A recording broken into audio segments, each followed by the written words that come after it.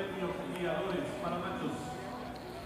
Para el campeón participante número 2, con el límite de metro rápida, casos de límite del 4, potente de agua, número 5. Pentarrón, los competidores van a comenzar a enfrentar de toda ilusión en la primera copa de límite de metro rápidas, ganando rápidamente por el número 5, Pentarrón, se lo marca el cuerpo del 4, potente de agua. Los competidores están en mitad de codo.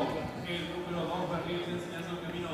Cuerpo de ventaja sobre el 1, rapidez, casos de límite por fuera del 5, Pentarrón, sigue segundo marca el 4, potente de agua, los competidores. El gran premio guiadores para machos están en la recta final.